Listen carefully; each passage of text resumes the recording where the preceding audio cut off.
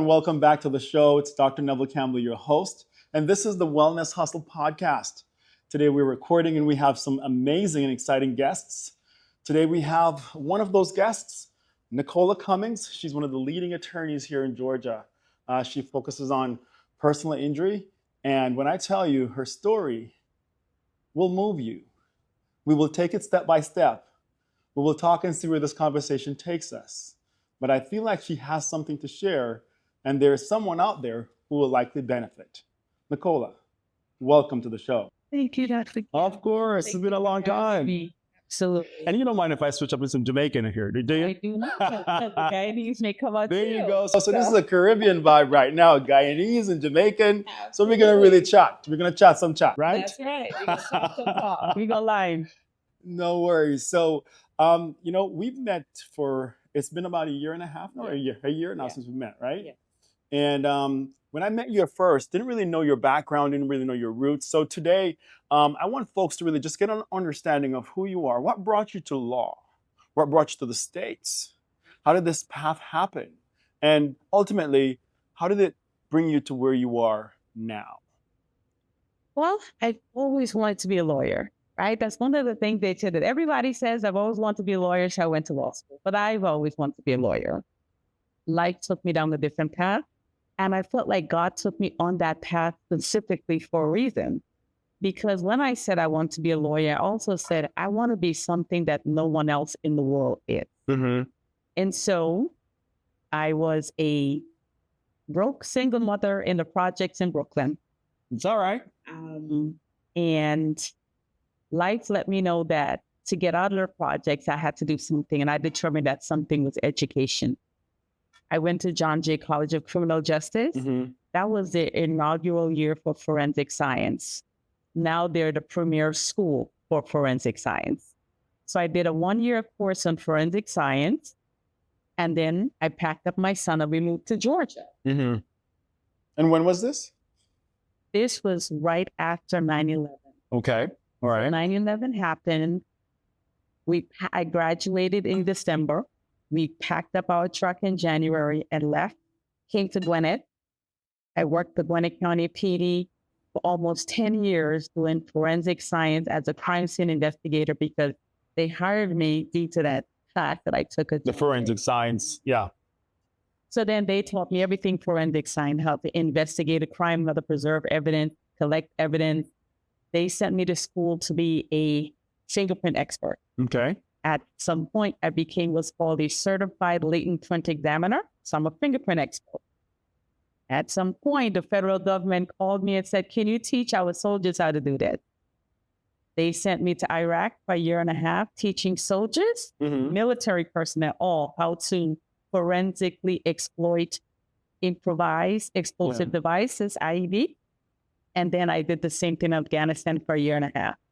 And because I did that for 3 years and had 15 years of experience, the government's like, can you run our program of forensic science? I said, nope, I'm going to law school. I always wanted to go to law school, so this is my chance. This is the time where it feels right to make that life-changing moment. And so I did. And when I graduated law school, the entity that certifies us for forensic science said to me that I am now the only lawyer in the world that a certified latent print examiner and a fingerprint expert and a forensic scientist that they have. Right. And so I remember that dream. Right. And I said, I want to be something in the world that no one else is. Right. That's where I am. You know what? That's an amazing path. It sounds like you have really created something unique in your sort of navigation. And certainly, I can't say that it sounds like it was planned. It seemed like opportunities presented themselves. You were ready or you seized the moment, and then you went in that direction. Now, combining all of these sort of skill sets, and here you are now, do you feel like you're maximizing them both at this time, or all the skill sets, or do you think that there's more to be done? What is your thought on this? I think that I am maximizing them. Well, right now we do, all things personal injury, car accident, trucking accident, all that good stuff. So what I do is use my forensic science background to investigate every accident that comes our way. Mm. So the analysis that I bring for this car accident, I don't think any other lawyer brings. Gotcha. We tend to get our cases resolved quickly because I forensically analyze it as though I'm investigating a crime scene. Gotcha. I go out to the car accident scene, review the pictures, see whatever else I can get from these pictures to show that my client was not at fault, how more severe the injury was than how it looks on paper, and how we can get the largest recovery for our client. I think that's the added benefit of being a forensic scientist prior to doing car accident investigation. This sounds amazingly exciting. But I want to ask you, and this might come to you a little bit of a, a side sort of question, but with all this that you've gathered, sounds like it's pretty interesting, sort of focused but interesting scope. Do you have any plans to leaving any of this behind? Leave any? Any of this behind, passing this on? What does legacy look like for you? Legacy looks like a 35-year-old son that I have. Mm-hmm. I cannot drag him into law school. He won't go. He's a chef, but he was my first paralegal. I taught him everything that the office does, and he knows what to do. So my goal for the future is to pass it on to him and some grandchildren. Hopefully. All right. Sounds like there's a plan there. Yeah. Now tell me about Georgia. You said you came to Georgia. You've been working here, but what kept you in Georgia? Food, is that terrible for me to say? I mean, candy, jams, banana pudding. You know, I came to Georgia, visited my friend, had some banana pudding. I was like, yep, this is my place. I'm a foodie, so food keeps me in Georgia. But I'm sure food is in New York too. I mean, New York has some of the best Caribbean food now. Come on, talk to me. They have the best Caribbean food. They have the best pizza. They don't have the best banana pudding. All right. You know what? I'm gonna stay away from that one because I've never. You know what? Yeah. This is the South. Came to the South for the food and stayed for the food. The weather, love the Atlanta weather, so I stay here. So tell me about a case or a client that you believe that your representation might have changed the course of their life positively, and one that you might, and on the other hand, one that you might have done differently. Okay. Well, let's talk about one where their life changed. So our mission statement is your strongest ally. It's not a tagline. It's not a slogan. It is the office culture. It is the way of life. I had a car accident many years ago, and I didn't understand what to do, where to go get help, things like that. So when I developed my firm, it became your strongest ally from collision to compensation. I believe an ally is someone who shows up when the emergency happens, stays and supports and helps during the emergency. And then after the emergency, you remember that person helped me so well that I appreciate it. And so that's what I wanted my firm to be for my clients, right? A place that they can know that when they're confused about a car accident, where do I go? Where do I get my car fixed? How do I get treated? What do I do next? How do I get this settlement? But that's ultimately the goal, to help their family. What do I do? So I trained my firm under that guise to be the strongest ally for the people who need them. I had one of my clients that I support, I think that really helped her, college student going through the light. She's driving her car, seated at the light like that, hands on 10 and 2, and an Uber driver slammed right into her as she is seated at the light, broke both arms. And this is a college student, so you know what they do, type, all this stuff. Yeah. It took us a few months, but we got her full policy limits recovery, a 7-digit number, because she had 2 broken arms. She's a college student, beautiful young lady. She is now off to doing her thing. She's graduated college. She's now going to medical school. Oh, bless your heart. Yes. So that was someone who I believe me absolutely helped and helped positively. And I will tell you this, that when I went to the mediation, the opposing counsel was very much, oh, so you were like 5'2" tall. You couldn't be that threatening. I said to him, I am here for my 7-figure check, Right. and we're not leaving until you meet that number. And it was the day before Thanksgiving, and he said, let's order lunch. I said, there's no need to order lunch. We're not here for that. we ain't that long. And he thought I was absolutely crazy. And then he said, I'm going to give you $990,000. He just wouldn't give the 10. And I said, well, I guess I'll see you in court. Right. And he gave me the 10 and we left. You know what? It sounds like, there you have it, like, advocacy for the people that you're caring for, and truly having a passion for what you do. I really, really like that. That came across beautifully in the story that you just shared. Thank you. Thank you. Tell me about another instant that might have gone in a direction that you didn't anticipate it to go in, and were there some lessons learned?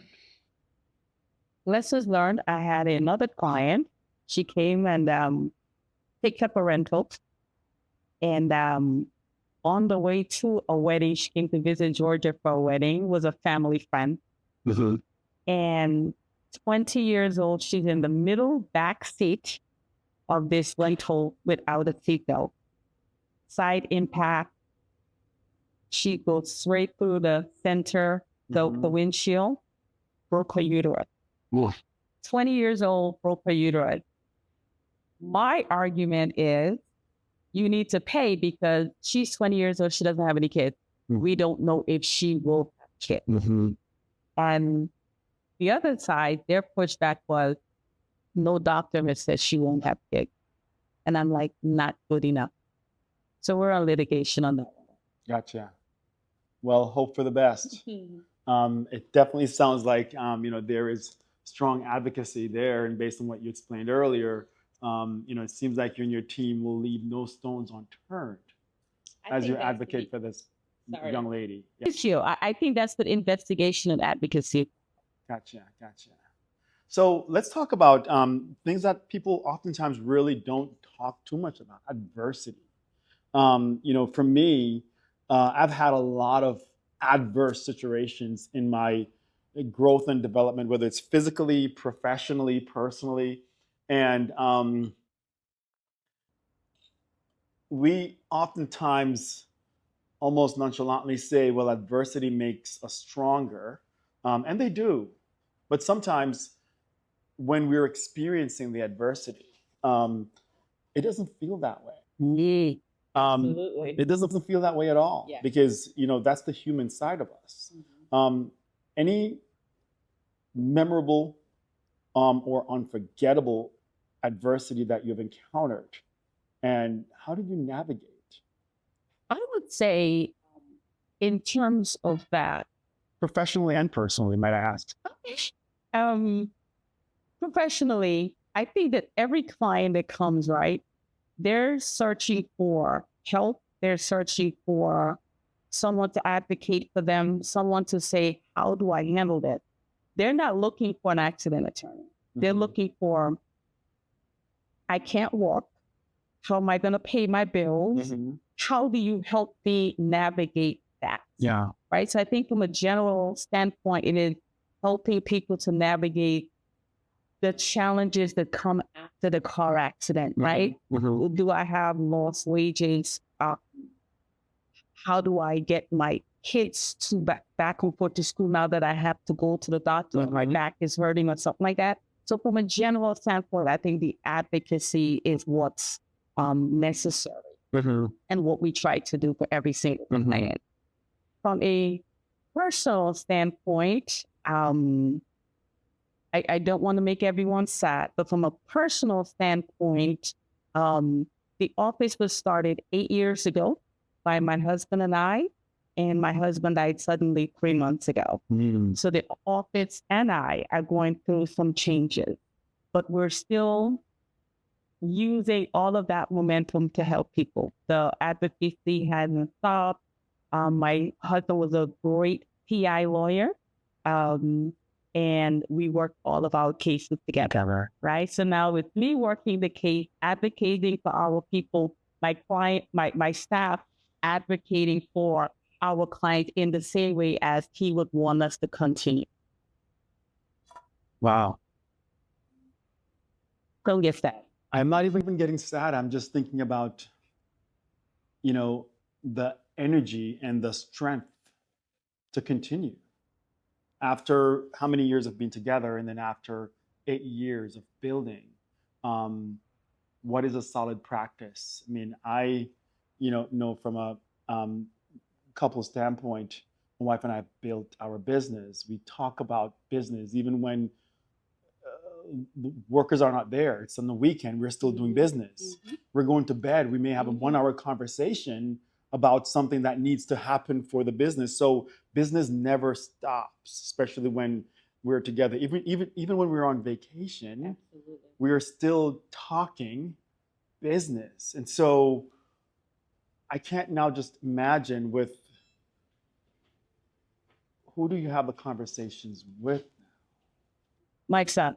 Your son. Right? Remember, amen, absolutely. Amen. Right? He was the one that my first paralegal, when my first employee left, I said, hey, I need someone to step in. He stepped in, I trained him. So now I said, okay, this is what's happening at the office. I need someone to talk to. And that's the legacy that you're talking Amen. about earlier, Amen right? to that. Yep. So that's my polar opposite, and that's my go-to. Talk about resilience in a time like this. And it's still early, 3 months, that's still fairly new. It's certainly good to see a smile on your face. Thank you. And good to see a radiance about you nonetheless. Thank you. Pushing through despite the challenges that you might be going through. And certainly this is helpful. As the leader of the space, the leader in the office, all eyes are on you. You're the leader in the family. Absolutely. All eyes are on you. So, that superhuman strength and courage that no one knows where that comes from, you carry that burden right now, but carry it with grace. I think that is my intention, to just carry it with grace. Yes. As well as I can, and keep providing for clients what they need, providing for my staff what they need, and to keep the business going. I know my husband will want me to keep it going. Folks, there you have it. Nicola Cummings from the Cummings Law Firm. Nicola, can you tell these folks who you are again and where can they find you if they need to find you to get access to your services? So I'm Attorney Nicola. Everyone calls me Attorney Nicola, not Attorney Cummings, and I'm fine with that. Attorney Nicola. We're in McDonough, Georgia. The phone number is easy to remember, 470-222-2222. So you can always call us at the number, and we're glad to help. We handle all cases in the state of Georgia, all personal injury cases. Folks, you've heard it from the lady herself.